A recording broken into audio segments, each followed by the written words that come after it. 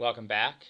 We're here to talk about section 3.3, and this is focused on looking at graphs of functions. So, to get started, we probably want to ask ourselves this question, maybe remind ourselves of something from the previous section. Do all graphs describe functions? So you may remember last time we talked about relations, and that not every relation describes a function, right? Relations are broader than functions. Functions actually are special because it means that for each x, it just is mapped to or has a relation with one y. You can't have an x that has a relation with two y's at once. So the answer is clearly a no. But with in terms of a function, how do we know that? In terms of a graph, how do we know that it's a function? Well, there's actually something you probably are familiar with. There's something called the vertical line test, which really means that if we have a graph and we draw a vertical line and hit more than 2 points, then that means that for each x, that means that there is an x, one x even, can break this rule, that hits two different y's and maps to two different y's. That's bad. It means it's not a function.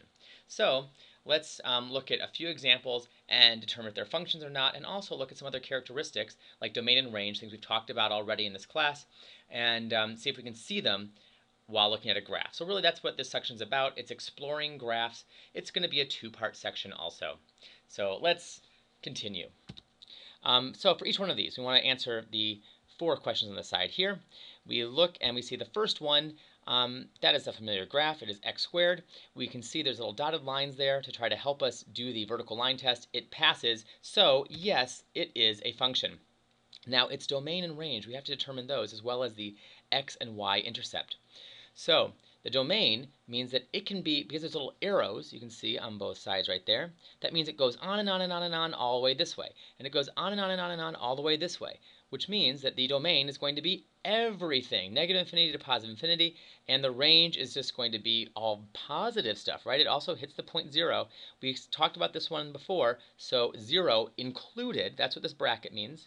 0 included. You want to be familiar with that, right? The homework will catch you on that because it's a computer. So you have to be very specific. So you have a closed or a squared bracket, 0, and then up to infinity, right? So it goes up and up and up and up and up and up. So we can look at these. It goes up forever. The x-intercept, you can see that it hits x equals 0 is the point right there, and the same for the y-intercept is y equals 0. So not a big surprise. Now we go to b. Once again, it is a function.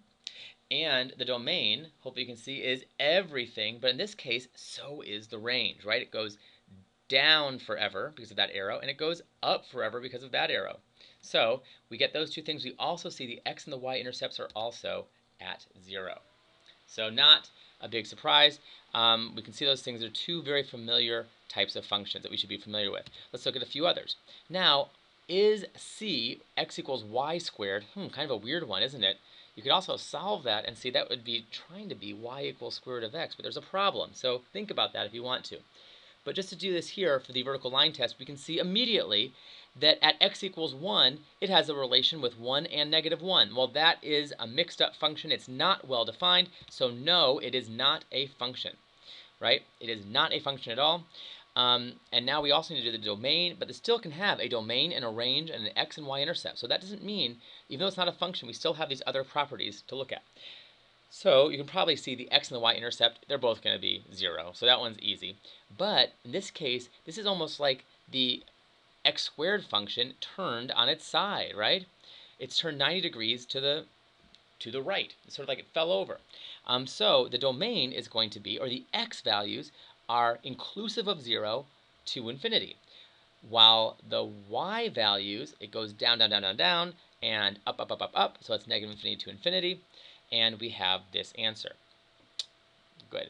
Now d, once again, it's very clear this is not a function in many, many, many ways. Not a function at all. We have another example. I could even say x equals 0 is another example because at x equals 0, it gets mapped to y equals negative 1 and y equals 1. So it is not well defined. The domain here, though, is interesting because you see it only includes all the numbers, includes negative 1, and includes 1 on the x-axis. It also has all these numbers on both sides, so it's going to be inclusive, negative 1 and 1. And the same, it's going to be inclusive, negative 1 and 1 in the y direction. So that means it should have square brackets everywhere. And the x and the y intercepts are also different. We have an x-intercept of negative 1 and 1, and a y-intercept of negative 1 and 1 as well. So we have something like this, and notice for the first time we use some set notation there to say it's a set of values. So negative, this is not an ordered pair. Very different. When you have these squiggly brackets, it does not mean an ordered pair at all. It means that we have those two different points. All right.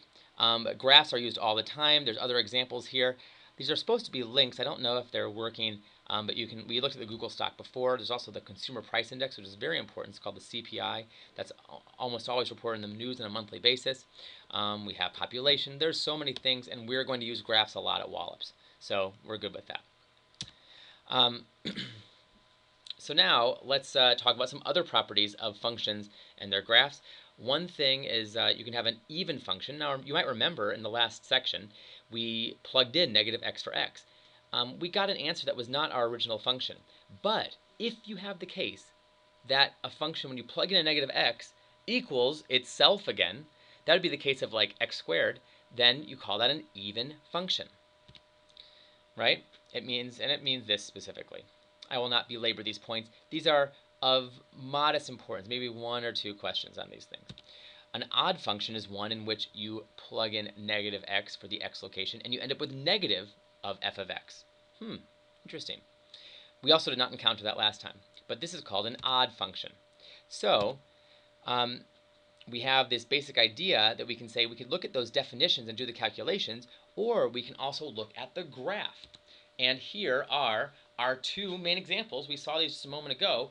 This is our most famous even equation. You might see something else right here. It is x squared. That's an even degree. That's a nice thing to consider. So that's an even degree right there.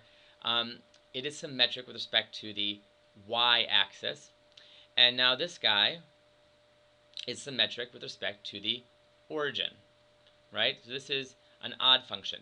Now we'll talk about this because something's of even degree or odd degree. That's a little different than saying it's an even function or an odd function. But these plain vanilla x squared and plain vanilla x cubed, they emphasize our point perfectly. So there's the even guy. There is the odd guy. Just something to be aware of. It's not a point you really need to spend a lot of time on. And so that's why we'll just finish it up by looking at this. We can say that there's three examples. See which one is even, odd, or neither. So the first one, we can see it's symmetric about the y-axis, so yes, it is even. The second guy, I don't know here. It's neither one. You can see that it's not quite perfectly symmetric there, because if I put a mirror there, instead it should go like this to be exactly a mirror effect around that y. So it does not do either one of the things we'd like it to do. So it's neither even nor odd. And finally, this last one, it's symmetric about the origin, and so that is good. It's good to be an odd function. All right. If we also look at graphs of functions, right? We want to think about. It's not just looking at the picture. It's also thinking, is this point on a graph, or what points are even on my graph if I were to graph this function, right? That'd be the place I would start, because I might want to just plot some points. So I might want to check, is the point 1, 1/2 on the graph? Well, if I were to do that, the first thing I would do is plug the x value, or of this ordered pair, right? This is an ordered pair, into the function. So I put 1 over 1 plus 1. And I would say, hey, 1/2 is in there, because that's the y, that's the output. So yes, it is. Another question, if x equals 2, then what is f of x? Well, this is just another way of answering this thing right here. It's just saying, let's plug in 2 and see what we get. So we do the math, and we say 2 over 2 plus 1, and we get 2 over 3. Good for us. So that's our answer. 2, 2/3 is the actual point on the graph, or the ordered pair.